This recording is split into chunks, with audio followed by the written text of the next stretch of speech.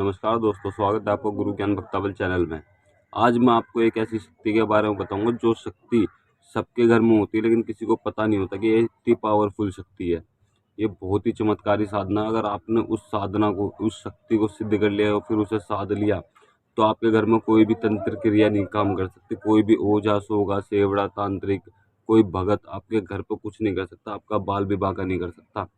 ये इतनी पावरफुल शक्ति होती है। इनका सीधे संपर्क भगवान से होता है। ये आपके लिए भगवान से भी लड़ सकते हैं। अगर आपके ऊपर कोई संकट आएगा तो ये आपके लिए भगवान से भी लड़ सकते हैं। बहुत ही पावरफुल शक्ति होती है।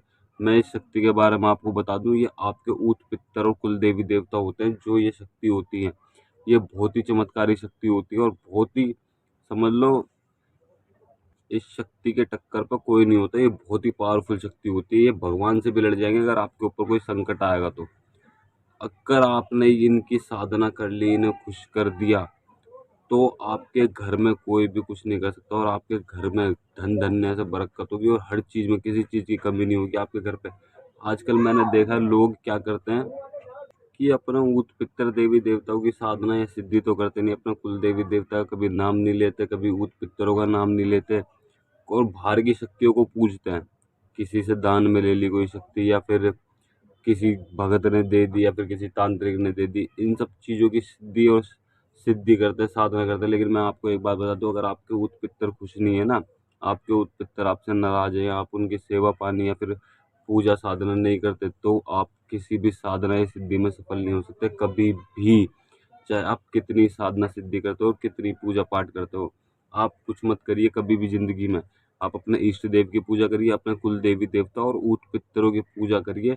मैं आपको बता रहा हूँ और गारंटी दे रहा हूँ, अगर आपके घर में कोई भी तंत्र क्रिया काम कर जाए या कोई भी तंत्र क्रिया आपके घर पे हो जाए तो बोलना। कई लोगों को तो ये ऊत पितरों की शक्ति के बारे में पता ही नहीं है। मैं बताऊं, अगर आप किसी भी शक्ति को बैठा दो, अगर आपने इष्ट देव की पूजा कर रहे हो या फिर किसी भी भगवान की पूजा कर रहे हो, और एक तरफ आप किसी देवी देवता की, मतलब कि बाहर से आपने किसी दान में देवी देवता ले लिया, आप उसकी पूजा करके अपना घर ठीक करना चाहते हो, तो वो घर कुछ दिन के लिए ठीक तो होएगा, लेकिन कुछ समय बाद, यानी कि 6 महीने हो, 3 महीने हो, साल हो, साल बाद अगर आपके ऊत पितर आपसे रुष्ट है, तो वो दिक्कत, वो परेशानी आपके घर में दोबारा आएगी और आपके घर में वो दिक्कत रहेगी।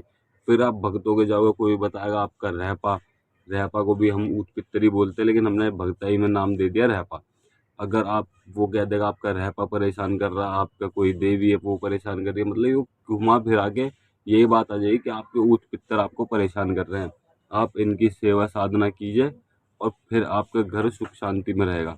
अगर आप किसी भगत से कोई देवता लेके आते हैं, आप उसकी सेवा पानी कर रहे हैं, तो वो भी बाद में आपके बारे में देखेगा कि भाई ये परेशान क्यों है, तो वो भी आपसे बोलेगा कि आप अब अपने घर के देवी देवता पूज लो, अपने ऊत पितरों को पूज लो, उनकी सेवा साधना करो, उनके मावस काढ़ो, उन पर दूध चढ़ाओ, उन पर जल अभिषेक करो, उनको पैरावनी दो।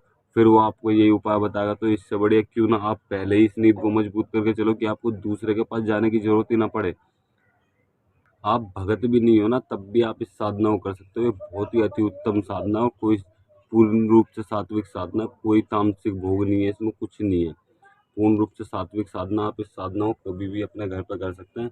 हफ्ते में, आप रोज नहीं कर सकते, हफ्ते में एक बार कीजिए। सोमवार या संडे का कोई सा भी दिन बांध लीजिए आप कि मुझे इस दिन ये साधना करनी करनी है हफ्ते में। अब मैं आपको साधना का विधि विधान बताता हूँ। आप एक नया नया गमछा लेके आइए, सफ़ेद कलर का। सफ़ेद कलर का गमछा लाने के बाद में आपको 5 पेड़े लाने हैं, एक दूध का गिलास बिना पानी मिलाए, जो भी थैली है या फिर आपके घर में गाय भैंस हो, तो एक गिलास बिना पानी मिलाए दूध उबाल लीजिए। उबालने के बाद में उसको ठंडा करके, और एक बिस्कुट का पैकेट, गुड डे बिस्कुट रख लीजिए, जो भी आपको रखना है वो बिस्कुट रख लीजिए। वो रखने के बाद इन सबको खोल के लौंग जायफल जरूर ले लेना, एक एक जायफल और एक लौंग का जोड़ा। ठीक, ये चीज़ आपको रखनी है। एक प्लेट में सजा लीजिए बिस्कुट को और पेड़े को, और गिलास में दूध करके रख दीजिए, दूध में चीनी डाल दीजिएगा। और आपको थोड़े से गुलाब के फूल की कली चाहिए होगी। जो गुलाब के फूल की कली आती है ना, पत्ते टूटे हुए, जो गुलाब के फूल की कली आती है, पत्ते निकले निकले होते हैं, वो चाहिए आपको। आप वो पत्ते लीजिए, सफ़ेद गमछा बिछाइए, उसके ऊपर फूलों से सजा दीजिए। वो आपके ऊत पितरों का, देवी देवताओं का आसन होगा। फूलों को बिछा के, मतलब कि अच्छी तरीके से उसको सजा दीजिए। सजाने के बाद आप एक आसन लीजिए जिस पर आप बैठेंगे। वो आसन लेने के बाद आप भूत पितरों के नाम का एक चिराग जलाइए, आप आसन पे बैठिए। आसन पे बैठने के बाद आपको जो मैं मंत्र बता रहा हूँ उस मंत्र का जाप करना है। एक माला से आप 5 माला, 11 माला, 7 माला, 21 माला आप ऐसे भी कर सकते हैं। जितना आपका मन करे आप उतनी माला जाप कीजिए। सेवा शाम, ये साधना शाम के टाइम होगी। जो मंत्र मैं आपको बता रहा हूँ, आपको इस मंत्र का जाप करना। मंत्र है ओम पितृदेवताय नमः, ओम नमो पितृदेवताय नमः, ओम नमो पितृदेवताय नमः। इस मंत्र का आपको जाप करना है 1 माला, या फिर आप जितनी ज़्यादा माला बढ़ाना चाहें आप उतना ही बढ़ा सकते हैं इस माला को, जितना जाप करना चाहें। तब आपका जाप पूरा हो जाए। आपको थोड़ी देर ध्यान लगाना है। ध्यान लगाने के बाद बाबा जी ऐसे बोलना आपको, बाबा जी मैंने आपका आसन सजाया, आसन पे बैठो, आसन मंजूर करो।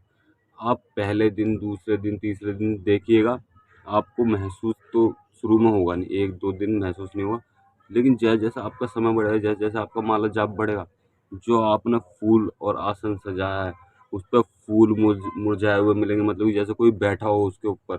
आसन थोड़ा सिकुड़ जाएगा, इस तरीके से कि जैसे कोई बैठा हो उस पर, आपको स्वयं महसूस होगा कि कोई बैठा था इस आसन पे। उसके बाद में तब आप ध्यान-व्यान कर लो। आपको जोत कपूर जलाने हैं। जोत कपूर जलाने के बाद में जायफल चढ़ाना अपने ऊत पितर देवी देवताओं के नाम से, 1 लौंग का जोड़ा चढ़ाना है और साथ में 5 पेड़े बिस्कुट और दूध चढ़ाना है। तब चढ़ाने के बाद आप ये घर में खा सकते हो और बच्चों को भी खिला सकते हैं। अपने आपके घर में जो भी हो वो सब खा सकते हैं, कोई परेशानी नहीं है इसकी। यकीन मानिएगा, आप इस साधना को करिए, आपके घर में कोई भी परिंदा भी पर नहीं मार सकता तंत्र क्रिया के नाम से, आपके बुरा करने के नाम से। आपका कोई दुश्मन भी होगा ना, वो भी आपसे दूर हो जाएगा। वो सोचेगा भी नहीं आपका कभी बुरा करने के लिए। क्योंकि आपके ऊत पितर देवी देवता जो होंगे वो स्वयं आपके घर के चौखट पर खड़े होकर आपकी रक्षा करेंगे और आपके साथ चलेंगे। कोई भी आपके ऊपर कुछ नहीं कर सकता। कोई अनहोनी भी होने वाली होगी तो ये उसको भी टाल देंगे। इतनी बड़ी शक्ति होती है ऊत पितरों की। आपके जैसे इष्ट देव हैं, इष्ट देव आपके हनुमान जी हैं, फिर भोले शंकर हैं, या फिर कोई से भी गणेश जी हैं, और भी बहुत सारे देवी देवता, जो भी आपके इष्ट देव हैं, जिस दिन उनका दिन पड़ता हो उस दिन आप मंदिर जाइए, वहाँ पूजा पाठ करके आइए। ये सब करने से आपको बहुत लाभ मिलेगा। आपके घर के जितने भी नकारात्मक ऊर्जा होगी वो आपके घर से बाहर निकल जाएगी और आपके घर में सुख शांति और बरकत होगी। आप इस साधना को जरूर करके देखिएगा और आपके अपने अनुभव हमें कमेंट में बताइएगा।